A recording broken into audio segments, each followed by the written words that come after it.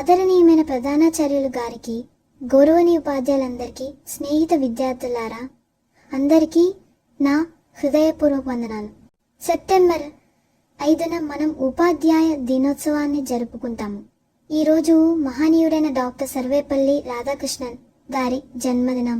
ఆయన ఒక గొప్ప తత్వవేత్త, విద్యావేత్త, భారతదేశ 2వ రాష్ట్రపతి. ఆయన ఉపాధ్యాయ వృత్తిని ఎంతో గౌరవంగా భావించారు. అందుకే ఆయన పుట్టినరోజునే ఉపాధ్యాయ దినోత్సవంగా జరుపుకుంటున్నాము. ఉపాధ్యాయులు మన జీవిత నిర్మాణకర్తలు. వారు కేవలం పాఠ్యాంశాలు బోధించడమే కాకుండా మనలో మంచి ఆలోచనలు, క్రమశిక్షణ, నైతిక విలువలను నింపుతారు. తల్లిదండ్రుల తర్వాత మన జీవితాన్ని తీర్చిదిద్దేది ఉపాధ్యాయులే. అందువల్ల ఈరోజు మనం ఉపాధ్యాయుల పట్ల కృతజ్ఞత, గౌరవం తెలియజేసే ప్రత్యేక రోజు. మనందరం కష్టపడి చదవడం, మంచి మనుషులుగా ఎదగడం ద్వారా గురువుగారులకు నిజమైన గౌరవం చూపించగలము.